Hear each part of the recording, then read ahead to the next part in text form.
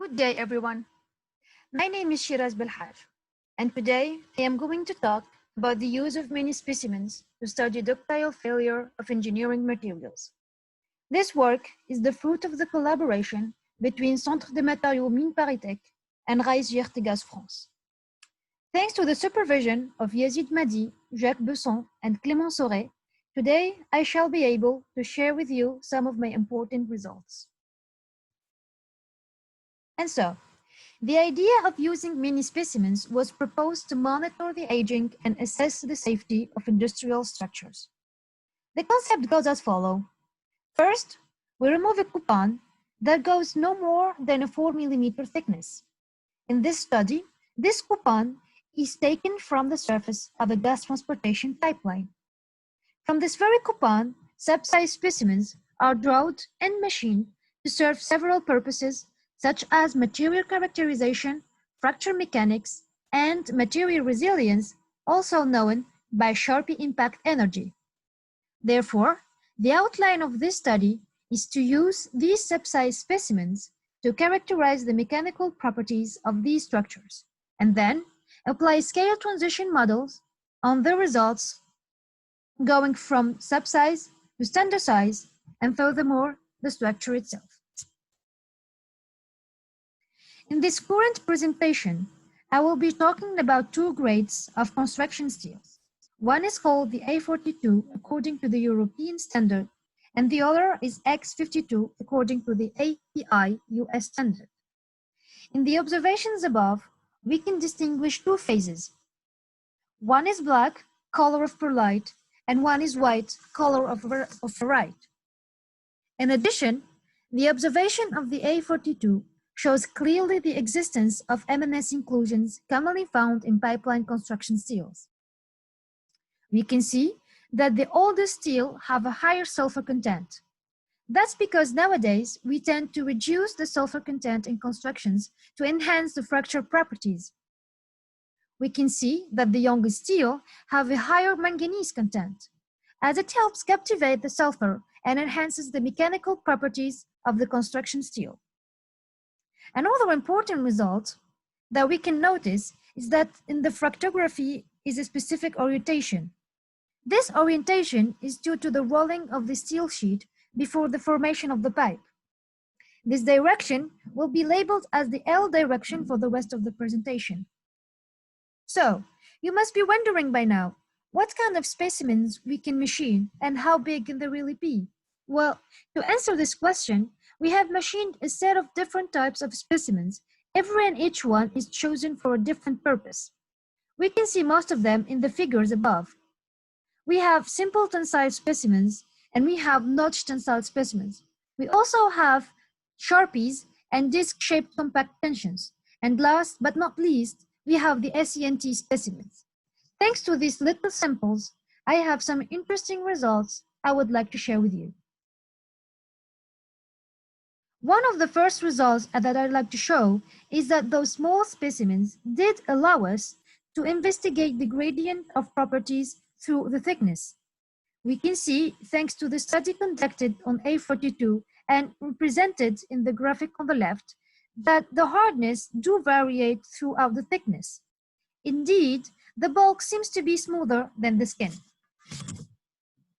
On the other hand, the graphic on the right shows that the bulk is more ductile. However, the skin resists to a higher stress. The investigation of the true thickness properties were pushed a little further. Now, by using sub-size simple, thin-size specimens that were machined along the thickness direction labeled as S direction. The animation on the left shows that the experiment conducted on the X52 grade of steel. In the end, we can see that there is a shear component that takes the lead and induces the fracture. The comparison between standard size and sub-size specimens are presented in the slide. We can see through the graphics on the right that the sub-size specimens in the S direction are less ductile and resistant than standard size machined along the rolling direction L and the transverse direction P. The fractography shows dimples due to MNS inclusion in both mini and macro specimens. However, we can clearly distinguish the shear band in the mini sample. We can see a cup-cone mode of fracture that is more obvious along L loading direction, and that disappears completely in the mini through thickness specimens. Using similar specimens and experimental techniques, here I show a further investigation conducted on the X52.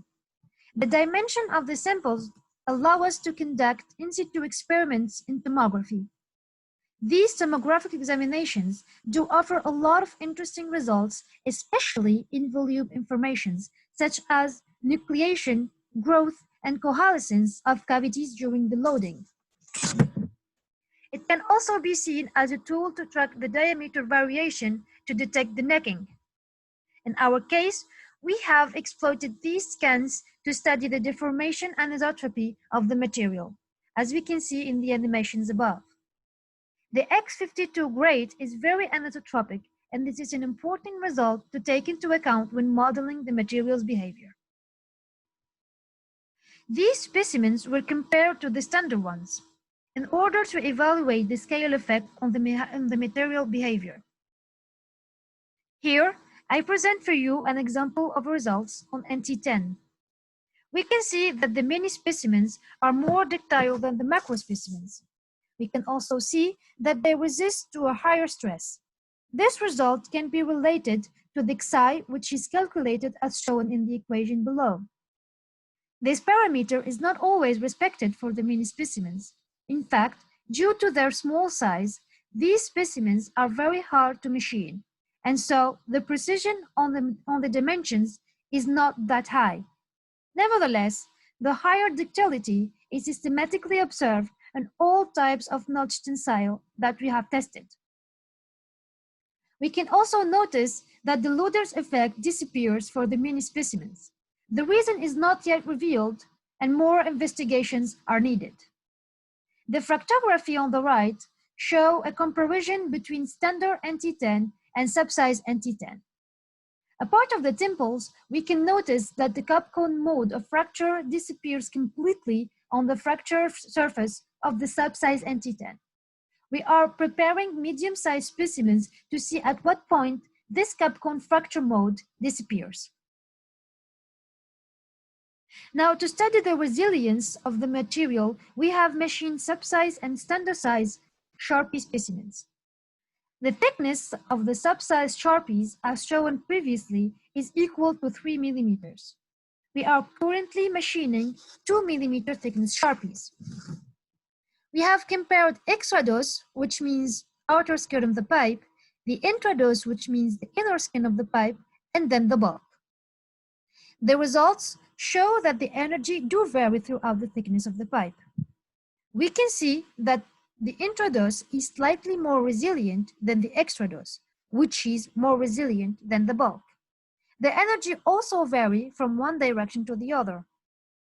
Now, comparing the standard Sharpies to the small Sharpies according to one chosen direction, the mini Sharpies are way less resilient, which proves the existence of a scale effect.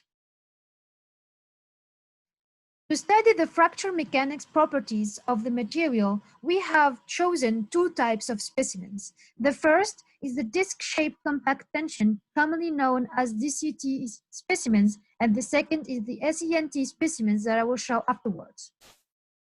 The DCTs have a thickness of 3 millimeter, and we currently reducing it to 2 millimeters.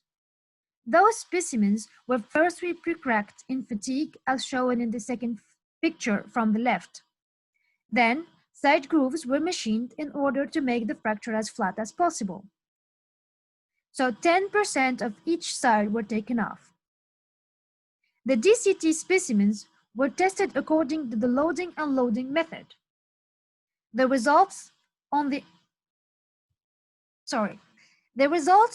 A42 shows a toughness anisotropy, as we have noticed that the LT direction is tougher than the TL direction.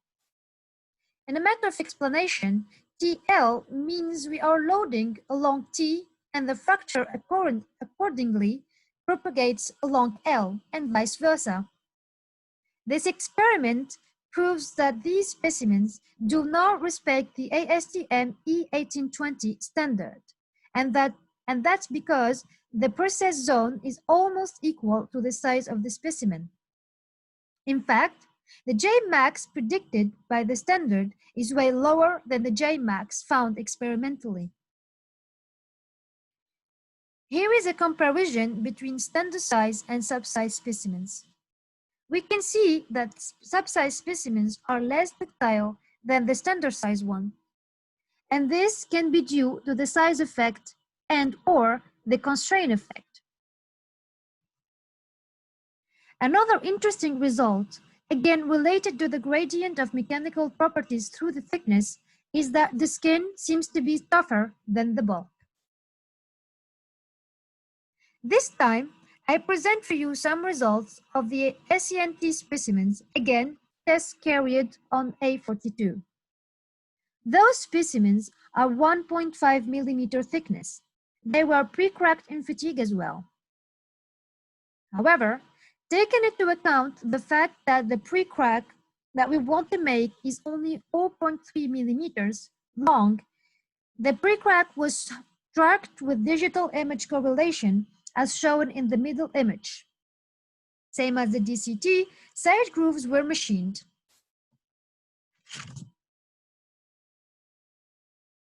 Afterwards, these specimens were tested using the single specimen method. They were tested partially in situ in tomography using the unloading compliance. However, they are way too small to be able to measure classically the CMOD. That's why the data processing is to be developed through this PhD. Once again, the dimensions of the chosen specimens threw us out of the validity domain given by the ASTM standards.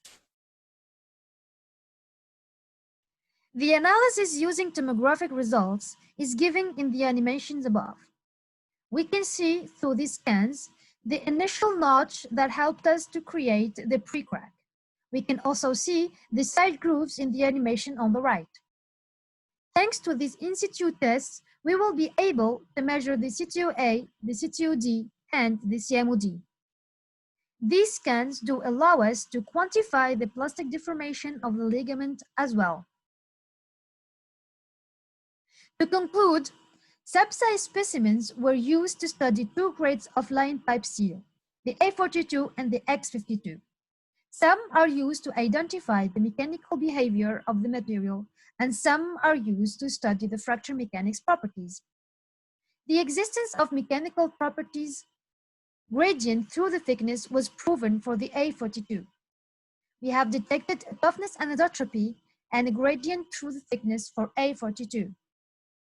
Experimental techniques were developed to detect the deformation anisotropy of the material to help identify the anisotropic criterion. Now, one important result that I would like to highlight is that we have proven the side effect between subsize and standard size specimens. So the objectives are: one, reduce the size of the specimen, probably going to 1 to 2 millimeter thickness, and two, propose a scale transition method. So the further aim of the study is to use micromechanical damage model to simulate mini and standard size specimens in order to study the scale effect on the material's behavior. Thank you for your attention.